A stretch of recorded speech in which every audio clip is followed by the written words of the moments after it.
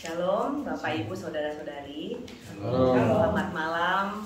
Terima kasih untuk kesempatannya. Di hari ini kita tentunya akan mengalami banyak berkat karena kita mau belajar dari sumber yang paling terpercaya. Sebelum kita mulai, kita mau membuka dalam doa. Mari kita berdoa. Bapa yang ada di dalam surga, kami mengucap syukur di malam hari yang baik, penuh berkat, penuh rahmat, penuh anugerah.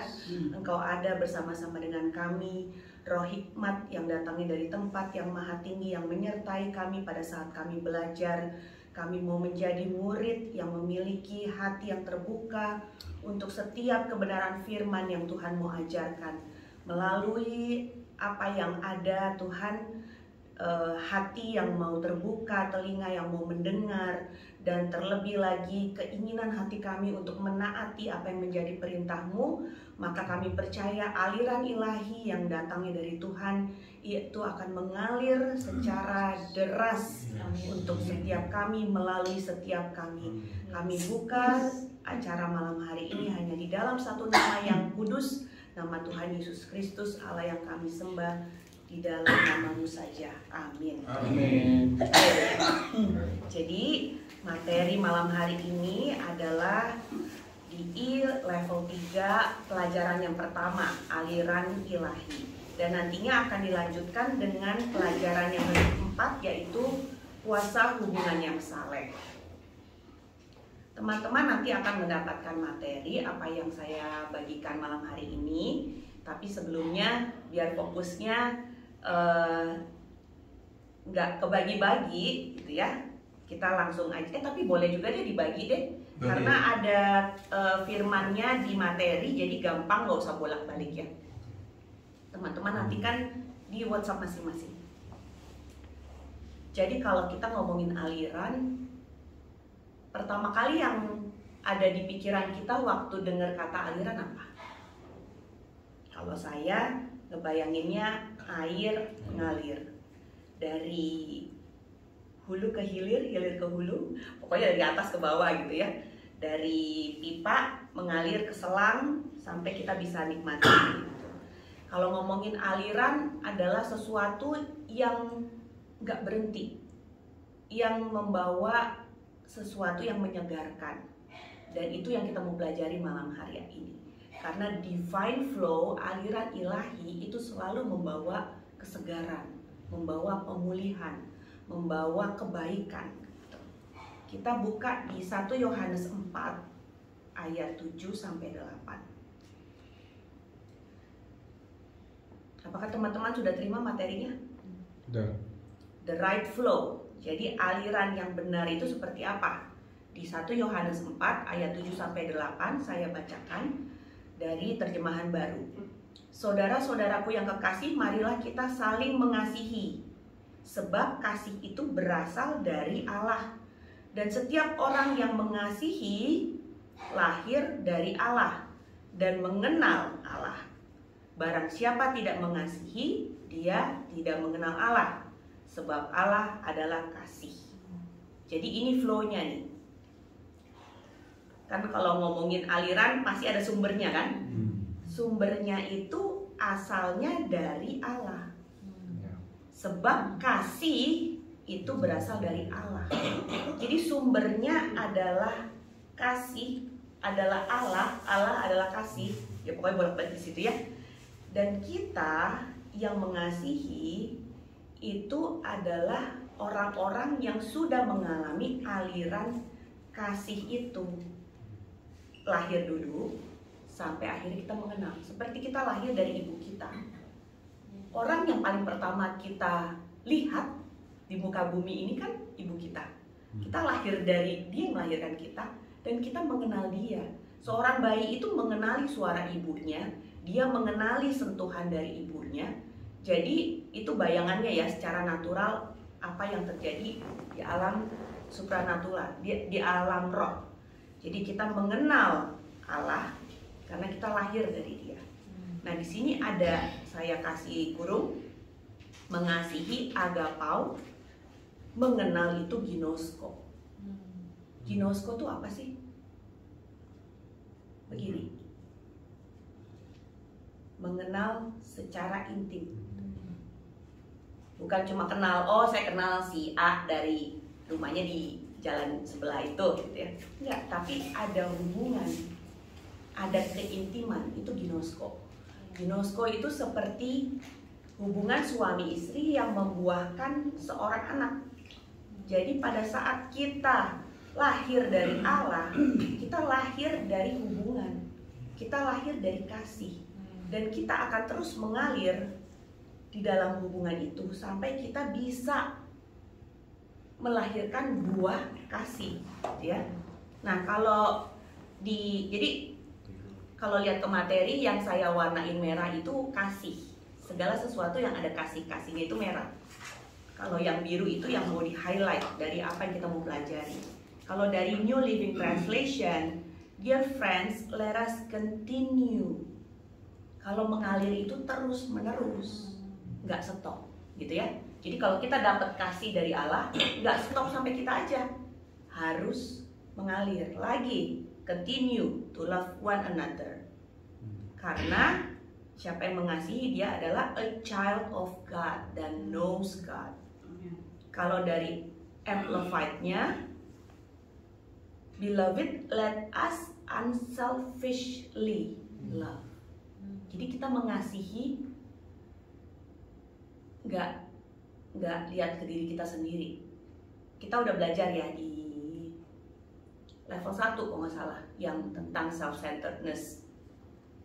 Jadi setelah saya belajar lagi tuh kemarin, saya merasa amat sangat diberkati karena pada saat kita belajar lagi bersama-sama di level 1 tentang self-centeredness, segala sesuatu yang terjadi, saya langsung ingat lagi kebenaran firman. Iya ya, saya tanya ke diri sendiri, ini saya doing it for the sake of myself atau for the sake of others gitu. Jadi seperti kita mau mengalirkan aliran yang datangnya dari sumber yang baik. Sumber yang baik punya good intention, punya motif yang baik dan benar. Maka pada saat kita mau membuka diri kita mengalirkan itu semua, tentunya harus didorong oleh sikap hati yang tidak egois. Kita memberikan kasih unselfishly. Karena apa? Seek the best for one another. Kasih itu memberi. Kasih itu adalah tindakan nyata. Kasih itu adalah sesuatu yang nggak lihat ke diri kita tapi lihat ke orang lain. Jadi dari versi Amplified ini kita jadi makin kaya pengertiannya tentang aliran itu. Karena aliran yang baik itu memang untuk dibawain ke tempat lain lagi, nggak stop sampai di sini, gitu ya. Lalu ini kita mengenal Tuhan ya. Kalau kita lanjutin dari Amplified, knows God through personal experience. Jadi yang ginosko tadi, nggak mungkin kita mengenal Tuhan kalau nggak ada experience langsung nih sama dianya nih, sama firmannya nih, gitu. Nggak mungkin kita mengenal dia, bisa alirin apa yang dia mau alirin kalau kita nggak kenal secara intimate, gitu ya. Lalu ini yang di belakang, he is the originator of love. Dia itu yang punya inisiasi awal tentang kasih. Jadi definisi kasih itu apa? Lanjut di 1 Yohanes 4 ayat 10. Saya suka banget ya waktu persiapkan materi ini, semua dari 1 Yohanes 4. Kenapa sih harus si Yohanes? Kan ini kitab yang ditulis Yohanes ya. Kenapa sih harus Yohanes? Karena dia adalah murid Yesus yang betul-betul mengerti kasih itu apa. Dia tuh yang menangkap isi hati Tuhan. Dia yang paling pertama, ingat gak ada ayatnya yang dia taruh kepalanya di dadanya Yesus. Dia mau segitu dekatnya sama Yesus. Kayak gitu tuh, yang knows personally, ginosko, mengenal secara intim, yang kayak Yohanes. Sampai Yohanes bisa jelasin ke kita semua, ini loh kasih itu tuh seperti ini. Apa? Kasih itu bukan kita yang telah mengasihi, tetapi Allah yang telah mengasihi kita terlebih dahulu, itu saya tambahkan. Dan yang telah mengutus anaknya menjadi pendamaian bagi dosa-dosa kita. Kasih itu biasanya digambarnya bentuknya love gitu ya, heart. Kasih itu ternyata definisi awalnya Dia yang mengasihi kita terlebih dahulu. Pada saat Dia mengasihi, bukti nyatanya ada, anaknya dikirim sampai mati di kayu salib sebagai pendamaian. Karena kalau kita mengasihi, kita pengen punya hubungan terus kan, pengen intim, romantis, gitu ya. Jadi pada saat ada keterpisahan antara Allah sang pencipta dengan umat manusia, wah gak suka, karena ide awalnya dia sebagai originator dari si love itu sendiri, kepengen selalu ada fellowship nih sama ciptaannya, tapi terputus. Akhirnya untuk mendamaikan itu semua dia kirim anaknya. Kasih itu memberi. Dia memberi dan mengorbankan Yesus anak tunggalnya yang paling berharga untuk mati. Yesus datang itu untuk mati loh. Matinya untuk kita, supaya kita bisa kembali ke hubungan ginosko itu sama originator dari love itu sendiri. Jadi this is the real love. The real love. Dia yang mengasihi kita terlebih dahulu. Dan kalau kita bisa mengasihi Dia, karena itu ada respon yang timbal balik yang Dia hargai pada saat Dia memberi kita free will. Terus kita meresponi, aku juga mengasihi Engkau loh Tuhan. Dan itu real love. Kasihnya timbal balik. Ya. Nah, jadi apa nih yang menjadi bagian kita, responsnya kita yang sudah dikasihi? Dikasihinya berlimpah-limpah, nggak ada habis-habisnya, terus. Tapi nggak jadi apa-apa kalau kita nggak respon, ya kan? Kita lihat di ayat 19 dan 21. Kita mengasihi karena Allah terlebih dahulu mengasihi kita. Dan perintah ini kita terima dari Dia, barang siapa mengasihi Allah, ia harus juga mengasihi saudaranya. Kita sudah belajar ya, dari Efesus 2 ayat 8. Ada kasih karunia yang berlimpah-limpah. Baru bisa activated pada saat kita tangkap dengan iman kita. Pada saat kita bilang, iya aku percaya ada kasih itu untuk aku. Dan bukan hasil usaha aku, itu semata-mata anugerah. Pemberian aku tangkap itu pakai iman. Di situ titik di mana pertemuan antara kita dan Allah menjadi satu. Pada saat ada kasihnya, kita tangkap dengan iman percaya. Pada saat kita tangkap dengan iman percaya, itu adalah respons. Itu adalah ekspresi kalau kita ternyata mengasihi Dia juga. Kita menangkap kasihnya. Saya ingat waktu dulu ada seorang ceritanya suka sama saya gitu kan. Wah, dia melakukan banyak hal, nyelipin surat di bawah meja, jadi ingat masa sekolah. Di bawah, saya mau pulang lagi gini-gini apa ketinggalan ya gitu. Biasanya taruh tisu. Kok ada amplop? Wow, gitu kan. Wow, gitu. Gak usah diceritain isinya. Tapi habis itu kayak kalau kita lagi jajan, pengen apa gitu kan. Nggak pengen apa-apa. Kok ngantri di sini? Oh, mau dibeliin. Jadi dapatlah perhatiannya apa segala macam. Akhirnya saya mulai perhatikan dia juga kan. Tapi sudahlah, itu kisah lampau. Tapi intinya saya nggak suka sih sama dia, tapi saya jadi appreciate karena ada orang yang memberi, memperhatikan dan berbuat baik kepada saya gitu. Jadi kita tuh kayak gitu juga karena Tuhan mengasihi kita terus gitu ya. Dia sayang banget sama kita. Akhirnya respons kita yang kayak, ih bapakku baik banget sama aku gitu kan. Gitu deh. Nah, kalau di New King James ada urutannya tuh responsnya. Jadi Allah mengasihi kita sampai kita mengasihi Dia. Di New King James sama di NLT jadi kelihatan nih, we love him back. Gitu. Kita mengasihi dia balik. Kalau di New Translation, New Living Translation, we love each other. Jadi pada saat kita udah we love him back, kita love each other. Karena apa? Karena dia yang terlebih dahulu mengasihi kita. Karena pada saat ada kasih itu datang menghampiri kita, menghampiri hidup kita, kasih itu tidak akan pernah gagal. Jadi teman-teman, saya encourage teman-teman balik lagi ke 1 Korintus 13 ayat 4-8. Di situ tuh definisi kasihnya lengkap banget. Kasih itu sabar, kasih itu murah hati, kasih itu tidak egois, kasih itu memberi, kasih itu tidak pernah mengingat kesalahan orang. Love keeps no records of wrongs. Yang salah-salah tuh nggak disimpan, nggak masuk ke filing, buang, delete, masukin ke itu apa? Kok saya mendadak lupa namanya apa?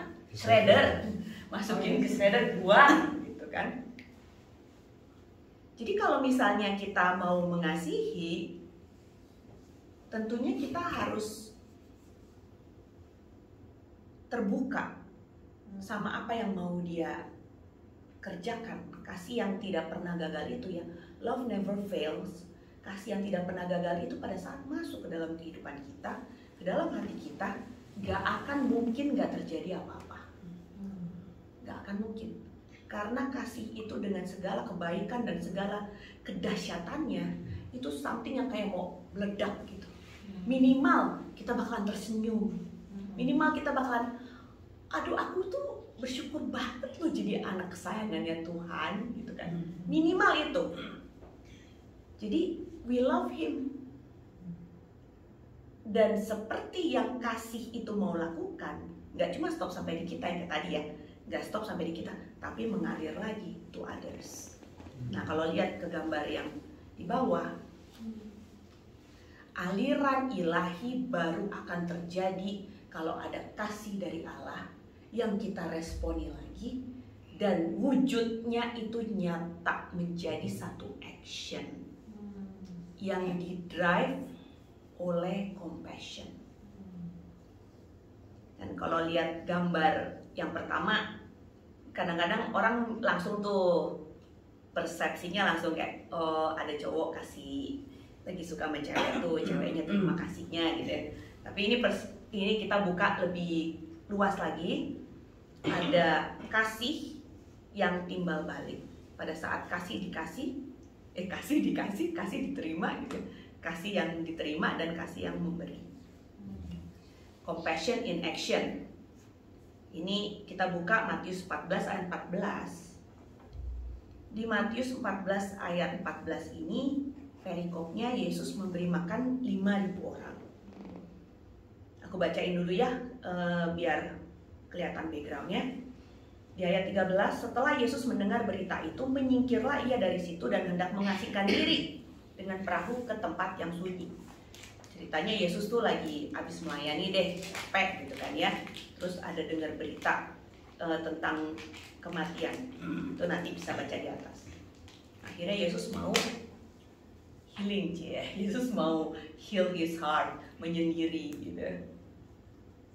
Tetapi orang banyak mendengarnya dan mengikuti dia dengan mengambil jalan darat dari kota-kota mereka. Yesus tuh banyak banget loh yang fans. Yesus itu diikutin, selalu diikutin orang. Minimal murid-muridnya. Nanti ada wanita-wanita gitu ya. Nanti ada anak-anak. Pokoknya Yesus tuh kehadirannya selalu membawa joy.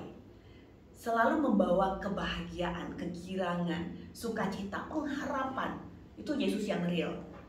Dialami seperti itu. Jadi pada saat kita menjadi pengikut Yesus, itu harusnya datang secara natural loh. Kita mengikut dia selalu dengan kegirangan, dengan kebahagiaan, dengan excitement, dengan pengharapan gitu ya. Kembali dulu ke sini sebelum saya kembali kemana-mana.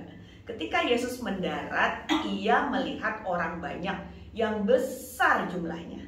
Maka tergeraklah hatinya oleh belas kasihan pada mereka dan ia menyembuhkan mereka yang sakit. Jadi dia bergerak karena belas kasihan. Kalau kita lihat gambar yang keempat ini yang orang penuh dengan bunga-bunga ya, itu yang ceritanya dia tuh hidupnya joyful, peaceful, full of love. Jadi pada saat dia pergi, dia bagiin apa yang ada di dalam dia. Jadi kata kuncinya apa? Satu, kita blessed to be a blessing. Kita diberkati untuk menjadi berkat. Kita dikasihi untuk kita juga mengasihi. Kita mengalami segala sesuatu yang baik supaya kita terus berbuah dalam segala sesuatu yang baik, gitu ya. Teman-teman yang sudah belajar di sekolah Alkitab kita sudah mengalami pembaruan budi. Kita belajar dari instruktur kita yang bilang we are blessed to be a blessing. Kita diberkati untuk memberkati. Kita mengalami kecukupan untuk semua kebutuhan kita, untuk mengalami ekstra yang bisa dibagikan melalui kebaikan, ya. Jadi kita tuh apa? Kita adalah channel blessing. Dulu waktu saya melayani di sebuah gereja, ibu gembala saya demen banget dengan kata-kata channel, gitu ya. Jadi ministrinya namanya channel, ya kan? Waktu itu kita udah semangat banget gitu, karena iya ya, orang tuh suka gak inget kalau kita tuh sebenarnya channelnya dia loh. Kita tuh kayak pipa. Jadi ceritanya ada air, stop sampai di sini, ketutupan, padahal mesti nyampe sana gitu. Ternyata kita tuh adalah pipanya yang menyambungkan itu. Keren nggak? Ya, the channel of blessing. Jadi Allah mengalir melalui kita untuk melayani orang lain. Nah, lalu ada tiga bentuk ekspresi dari apa yang kita pelajari ya. Ada compassion, ada empathy, ada pity. Ada yang namanya compassion. Seperti Yesus tadi waktu melihat kerumunan orang banyak, dia tergerak oleh belas kasihan. Dia melakukan mujizat-mujizat kesembuhan karena dia tergerak oleh belas kasihan. Jadi compassion itu ada di level roh, di level spiritual, di mana something yang kan kita udah belajar ya, kita itu manusia roh yang terkonek dengan Allah roh kudus. Kita spirit to spirit, komunikasi roh dengan roh, gitu ya. Isi hati Bapa tuh bisa nyemplung semua ke isi hati kita di dalam roh kita, karena di situ letak komunikasinya, connect-nya. Nah, jadi compassion itu tuh connected dengan isi hatinya. Pada saat kita digerakkan melakukan atau melayani orang lain karena kasih, motornya kasih. Itulah gerakan ilahi yang dilayankan, yang sesuai dengan kehendaknya dia. Itu levelnya ada di alam roh. Kita roh dari antar roh, gitu ya. Baru bisa mengalir kalau kita punya hubungan sama Tuhan. Kalau pipanya seret ya, mati, nggak terkoneksi sama sumbernya, apa yang mau dialirin gitu kan? Nggak ada. Jadi kalau kita terkoneksi dengan dia, roh dari roh, roh ketemu roh, kita terkoneksi dengan kasihnya, kita melakukan gerakan itu karena belas kasihannya dia. Itulah yang namanya sesuatu yang besar terjadi. Kesannya kecil banget loh sebenarnya mungkin ya. Kita kasih makan untuk orang yang nggak punya makan misalnya. Kesannya kecil banget. Tapi itu sesuatu yang besar. Kenapa sesuatu yang besar? Karena itu carrying his heart. Berbahagialah kamu kalau kamu memberi makan untuk orang yang kelaparan, karena kamu sedang memberi makan aku, ya kan? Berbahagialah kamu yang memberikan pakaian untuk orang yang tidak punya. Itu kan Yesus ngomong gitu. Itu sesuatu yang besar. Padahal mungkin harganya, bajunya udah bekas, udah gak pernah pakai gitu kan. Tapi itu sesuatu yang besar karena kita melakukan apa yang diinginkan hatinya gitu. Nah, ada lagi tingkatan yang lain tuh, ada lagi empathy. Wah, dia lagi sedih, aduh aku ikut sedih loh sama kamu gitu kan. Ikut sedih. Aku sedih, empathy gitu ya. Dia sedih, aku sedih. Apalagi kalau saudara atau orang yang dekat sama kita, teman baik gitu ya. Itu ternyata ada sih aku misalnya, oh oke, aku memberikan penghiburan. Oh, aku beliin es krim. Karena saya suka banget es krim, jadi kalau ada apa-apa nyarinya es krim gitu. Ternyata aku dibeliin es krim loh sama dia waktu aku lagi sedih gitu. Terhibur. Tapi itu cuma sampai di level empathy, level kejiwaan aja. Di level emosi. Emosinya sedih, temennya ikutan sedih, sama-sama berbagi sedih, ternyata terhibur. Tapi udah, that's it, cuma sampai di situ. Dan yang lebih parah lagi kalau pity. Pity itu level emosi, aduh kasihan deh. Tapi itu sudah gak ngapa-ngapain. No action gitu ya, talk only. Ingat gak tuh dulu NATO, no action, talk only. Omdo, ngomong doang. Nah ini di slide berikutnya, compassion of Christ. Ini kemarin aku sempat ngeliat gambar ini ya, aku suka banget tuh kayak meditate on something, on pictures gitu atau images gitu. Compassion of Christ itu aku lagi ngeliat kayak di sini padi-padi yang bertumbuh dengan subur, disinari sinar matahari yang hangat, ada angin bergoyang. Itu apa ya? Kalau aku lihat gambar ini tuh kayak satu kesatuan yang nice banget, heartwarming banget gitu. Jadi compassion of Christ itu seperti itu, super nice karena driven by love gitu ya, dan heartwarming karena memberkati orang yang menerimanya gitu. Jadi compassion ini Cheryl Strayed bilang, compassion is about giving all the love that you've got. Jadi terima dulu, baru kita bisa kasih. Kita nggak akan pernah bisa memberi sesuatu yang tidak pernah kita terima, gitu ya. Nah, itu pelajaran 1. Sekarang kita menuju ke pelajaran 4. Langsung aja, karena ini related banget. Kan tadi kita udah belajar ya, waktu dia memberi, dia mengasihi, dia memakai kita sebagai channel of blessing karena untuk others, untuk orang lain. That's the system of the body of Christ. Itu sistem kerajaan Allah, di mana ada satu tubuh yang terdiri dari beberapa banyak anggota. Kita baca dulu di 1 Korintus 12 ayat 12. Karena sama seperti tubuh itu satu dan anggota-anggotanya banyak, dan segala anggota itu sekalipun banyak merupakan satu tubuh. Demikian pula Kristus. Oh, kok saya kayak mau naik? Padahal sebenarnya udah titik gitu. Demikian pula Kristus. Jadi segala sesuatu di dalam dia itu dipersatukan oleh kasih. Kembali ke tadi pelajaran 1, semua dari kasih. Waktu dia pertama kali menciptakan manusia di Kejadian 1 ayat 26, ada percakapan. Saya pernah ditanya sama menti saya, Kak, itu Allah lagi ngobrol sama siapa ya? Gitu kan? Kok kita sih? Gitu. Ada yang pernah punya pertanyaan itu? Kita buka dulu deh Kejadian 1 ayat 26.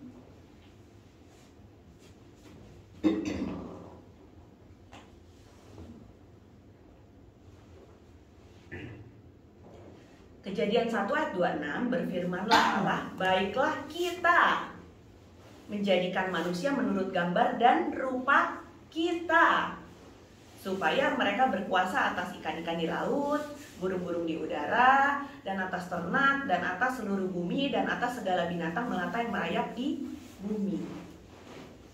Maka Allah menciptakan manusia itu menurut gambarnya, menurut gambar Allah diciptakannya dia, laki-laki dan perempuan. Diciptakannya lah mereka. Jadi kitanya siapa?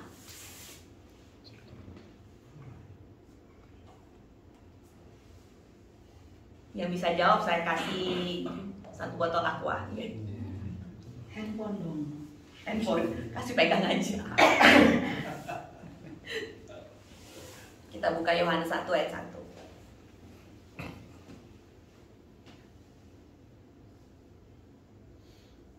Oke. Yohanes 1 ayat 1. Pada mulanya adalah firman. Firman itu bersama-sama dengan Allah. Dan firman itu adalah Allah. Jadi Kejadian 1 itu menceritakan tentang penciptaan. Allah menciptakan langit, bumi, isinya. Sampai di hari ke-6 menciptakan manusia. Allah menciptakan dengan firman. Jadi pada saat Allah bilang baiklah kita, itu adalah Allah dengan firman, ya. Di situ saja kita bisa melihat konsep satu tapi bukan satu. Kita ada Allah Bapa, ada Allah firman, dan Dia adalah Allah Tritunggal menjadi satu. Dan pada saat kita diciptakan sebagai tubuh Kristus. Kita banyak sekumpulan orang-orang percaya, tapi menjadi satu. Jemaat mula-mula, mereka selalu berkumpul waktu Yesus mati di kayu salib dan bangkit. Setelah itu murid-murid itu memiliki kebiasaan yang amat sangat baik, yang sudah kita ikuti sampai sekarang, selalu berkumpul bersama-sama. Memecahkan roti, makan bersama, ngebahas apa yang Yesus sudah kerjakan gitu ya. Dan di situ saya ngebayangin setiap mereka kan udah ngalamin tuh pengalaman sama Yesus waktu Yesus ada di bumi bersama-sama mereka. Mereka punya api seperti korek api di dalam mereka. Pada saat korek api, ketemu korek api, ketemu korek api, ketemu korek api, mereka selalu bersama-sama, mereka menjadi api yang membara dan besar. Dan dampak dari kebersamaan, dari persatuan mereka menghasilkan banyak jiwa lain lagi yang menjadi percaya kepada Yesus.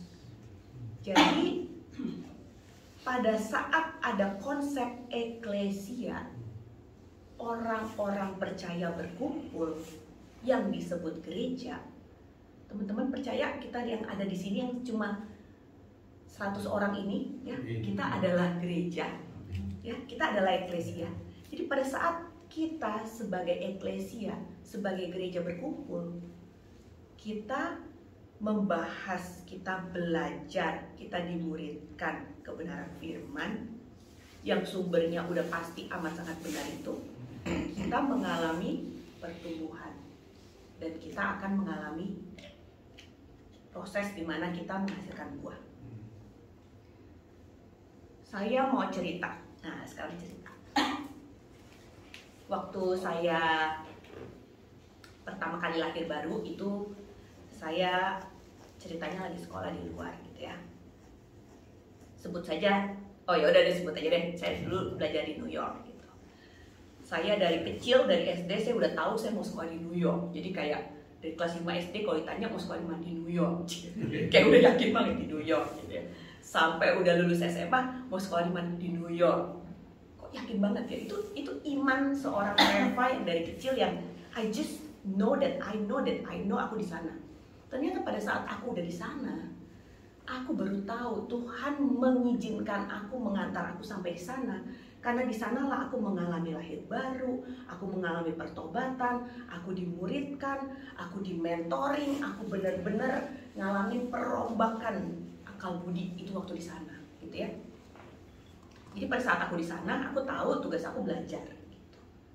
Belajar fokus, gitu kan? Belajarnya tuh yang kayak kacamata kuda, udah gak, padahal di sana menawarkan banyak kenikmatan dunia, gitu ya. Tapi aku kayak enggak, pokoknya di sini pulang tuh harus nambah huruf di belakang namaku, gitu. Jadi kayak itu udah satu determination yang kuat, gitu. Wah. Tapi tanteku tuh selalu bilang, jangan main sama orang Indo. Aduh, orang Indo tuh banyak maunya. Nanti kamu malah jadi macem-macem. Gitu ya. Pokoknya kayak, no. Kamu sekolah ya sekolah, kamu kuliah, pulang belajar. Kamu kalau perlu kerja, nggak terlalu, nggak usah banyak gaul sama orang Indo, pulang lagi gitu kan. Jadi saya selalu bergaul dengan bule-bule, nggak sama orang Indo. Di kampus cuma punya temen Indo karena dia selalu sekelas sama saya, akhirnya main sama dia gitu. Tapi yang dari kelas-kelas lain saya nggak cari banget gitu. Somehow saya orangnya demennya ngobrol-ngobrol gitu kan, rame-rame. Tapi kali ini tuh kayak fokus Reva cuma punya waktu sebentar dan ini sekolahnya susah banget gitu kan. Jadi pada saat saya memutuskan untuk belajar, saya pergi ke gereja pun yang cuma setengah jam udah selesai. Di masa itu saya masih ada di gereja yang lama. Kayak di gereja yang lama itu di Indonesia aja cepet gitu ya, yang di sana lebih cepet lagi setengah jam. Jadi kayak udah selesai gitu. Terus terjadilah 9/11. Pada saat kejadian 9/11 itu tiba-tiba gereja yang tadinya cuma sepertiga jadi penuh banget dan jadi lebih lama 45 menit gitu ya. Terus semua orang nangis. Wah, itu masa-masa yang amat sangat mencekam dan menurut saya tuh kayak aduh, ngeri banget. Itu kayak roh kematian itu deket banget gitu ya. Itu panjang deh ceritanya, nanti itu di sesi setelah kita belajar. Jadi karena triggernya 9/11 itu, akhirnya saya pergi ke gereja yang sudah mengalami pembaruan akal budi gitu. Akhirnya saya keluar dari gereja saya yang lama, masuklah ke gereja yang karismatik gitu. Di situ juga saya datang selalu paling telat, pulang paling cepet gitu. Karena saya nggak mau deket-deket sama orang kan. Saya membatasi diri saya nggak mau ntar ada orang take advantage of me gitu. Karena kejadiannya banyak sekali orang Indonesia yang legal di sana dipepet sama orang-orang Indo, dikawinin atau apa tuh supaya bisa kasih lebih biar gak gelap gitu lah intinya. Jadi pokoknya saya ini deh membatasi diri sampai saya merasa saya tuh seperti pohon yang makin lama makin berguguran daunnya dan pohon itu tandus gitu ya. Kayak saya belajar tuh cepet depresi, apalagi language barrier ya. Waktu itu saya soalnya sampai kuliah S1 saya masih di Indonesia, jadi kayak kan itu reading assignment-nya, ya ampun saya tuh reading assignment bisa segini yang kayak ini kapan bacanya gitu ya. Pokoknya ngeri banget, saya kehidupan saya tuh cuma belajar.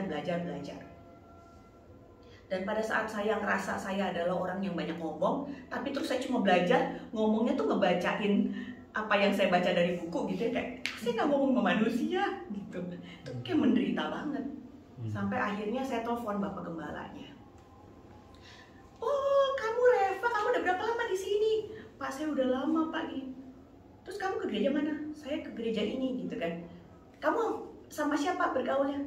Gak sama siapa-siapa. Terus saya udah mulai nangis. Kamu pasti kering sekali.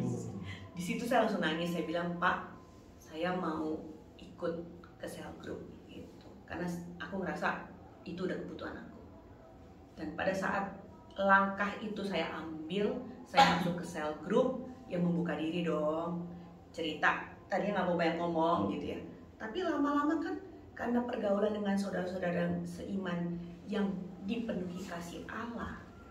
Pada saat mereka ngomong, pada saat mereka datang menyambut dengan senyum, makan dong, ini enak, ini ada hot chocolate nih, gini-gini. Kasih Allah semua kan yang menjadi transaksi kita sepanjang pertemuan.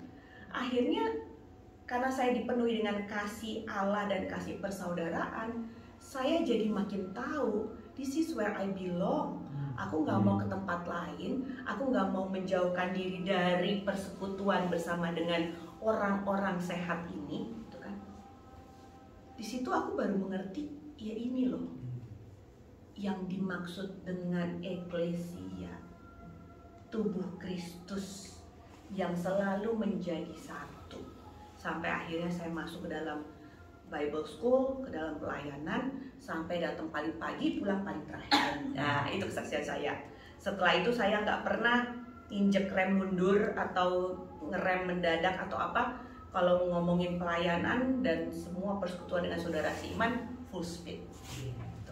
Dan saya selalu akan bersyukur kepada Tuhan karena Dia akan terus nyodorin ke solusi itu ke setiap kita, meskipun kita menutup diri.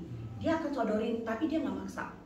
Dia sodorin lagi, ada aja caranya supaya kita ambil yang benar, gitu ya. Waktu saya belajar di level 2 tentang Body of Christ, 2 kata yang amat sangat mengena, yang selalu nancep di dalam hati saya: edify, encourage. Body of Christ is to edify and to encourage, untuk membangun dan untuk menasehati dan menghibur, menguatkan dan segala sesuatu yang baik yang based on love. Gitu. Jadi kalau ngomongin hubungan yang saleh, godly relationship, itu adalah again inisiatif Allah waktu menciptakan kita supaya ada apa? Fellowship, supaya ada hubungan. Jadi pada saat tubuh Kristus berjalan bersama-sama punya hubungan yang erat, yang saling mendukung, menopang, menguatkan, menghibur, menolong, mengasihi, itu sudah terjadi sesuatu yang besar karena itu kehendak Allah ada di situ. Kita baca di Ibrani 10 ayat 24 sampai 25. Ibrani 10 ayat 24 sampai 25. Dan marilah kita saling memperhatikan supaya kita saling mendorong dalam kasih dan dalam pekerjaan baik.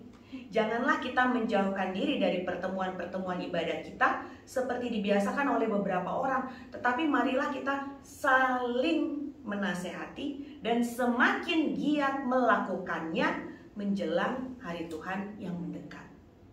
Jadi saya tutup kesaksian saya waktu saya di New York dulu.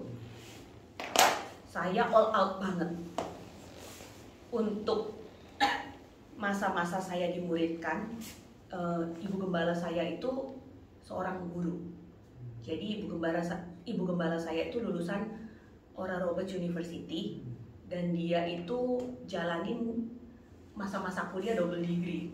Jadi dia ambil MBA, dia ambil Master of Theology juga. Dan saya very look up to her, dia kayak, wah saya tuh amat sangat fans banget sama ibu gembala saya. I wanna become like her gitu kan, yang kayak I adore her gitu. Jadi pada saat dia benar-benar ngebimbing kita belajar, saya baru ngerti loh waktu diajar. Oke, kita Bible School mulai nanti summer gitu kan, summer, Bible School, nggak ada kerjaan Bible School aja gitu kan. Saya pikir, wah hari pertama belajar Matius 1. Oke, hari pertama kita belajar keselamatan. Hah? Keselamatan? Itu saya kayak, kok keselamatan? Bu, kita nggak belajar Matius 1. Tetap nanya.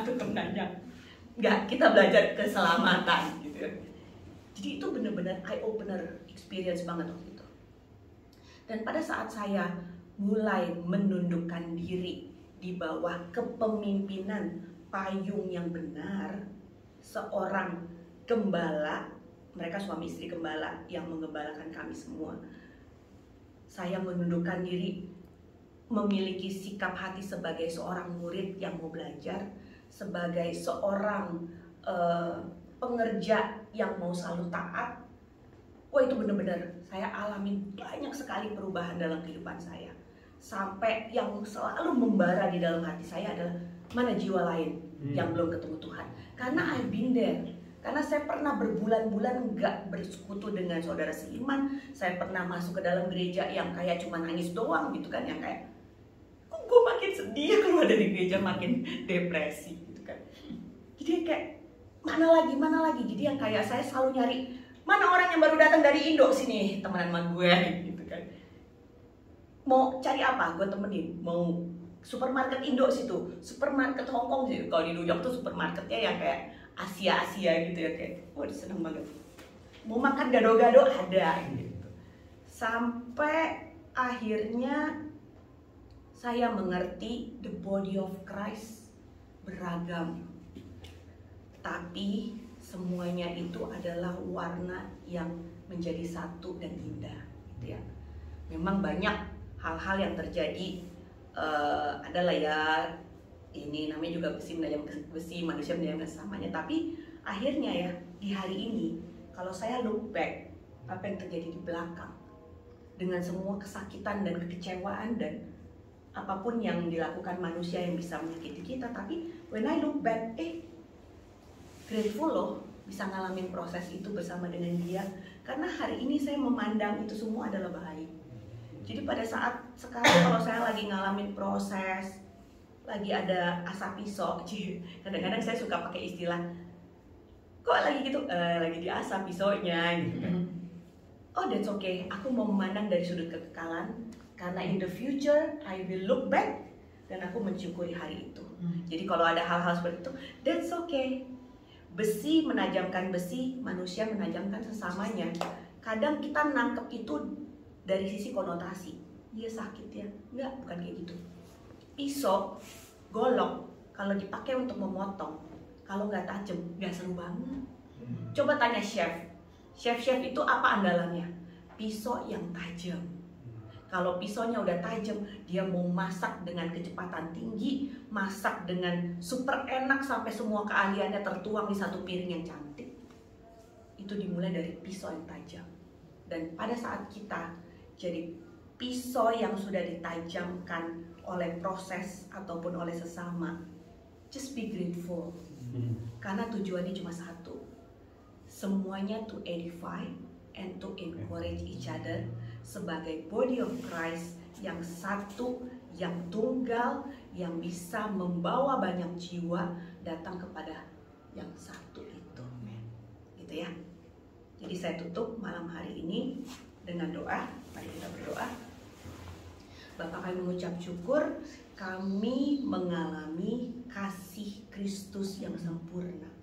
Kami mengalami kasih yang berasal dari Allah Bapa, yang datang kepada setiap kami, ditawarkan sebagai pemberian yang gratis, anugerah, rahmat yang luar biasa. Kami mengucap syukur karena hati setiap kami Kau dapati sebagai hati yang mau meresponi, sampai kami boleh mengalami aliran ilahi mengalir untuk kami, melalui kami, sampai banyak jiwa mengalami kasih Kristus. Kami mau perkatakan berkat untuk banyak jiwa di keluarga kami, di lingkungan kami yang belum mengalami kasih Kristus. Biarlah setiap kami sebagai channel of blessing-nya Tuhan, kami menjadi pipa yang bersih, pipa yang lancar semua alirannya, sampai mereka boleh mengecap kebaikan Tuhan melalui pertemuan mereka dengan kami, melalui interaksi mereka dengan kami, melalui percakapan-percakapan bersama dengan kami. Karena pada saat kami bercakap-cakap, biarlah kami manifesting Christ. Di perkataan kami ada perkataan hikmat, ada perkataan firman yang melepaskan nafas kehidupan untuk banyak jiwa. Karena itu isi hatinya Tuhan. Itulah gerakan ilahi yang nyata. Itulah pekerjaan yang besar yang boleh Tuhan percayakan kepada setiap kami. Terima kasih Tuhan. Saya mengucap syukur kami punya saudara-saudara dalam Kristus. Kami memiliki saudara-saudara yang sudah mengerti kebenaran firman, sampai kami boleh saling edify and encourage one another. Tinggal di dalam kasih-Mu, tinggal di dalam persaudaraan yang rukun, tinggal di dalam kenikmatan, kebajikan, kemurahan, kenikmatan dan kemuliaan-Nya Tuhan, yang Tuhan nyatakan untuk gereja-Mu. Terima kasih Tuhan Yesus. Setiap kebenaran firman-Mu yang Kau sampaikan melalui bibir hamba-Mu akan tertanam di tanah hati yang subur, akan bertumbuh dengan lebat sampai menghasilkan buah yang manis, buah yang tetap seperti yang Kau kehendaki. Kami mengucap syukur, kami punya Allah yang setia, yang dahsyat. Allah yang hebat, Allah yang penuh kasih, Allah yang kami cintai selama-lamanya. Amin. Thank you body of Christ. Sekarang udah boleh nggak jaim ya.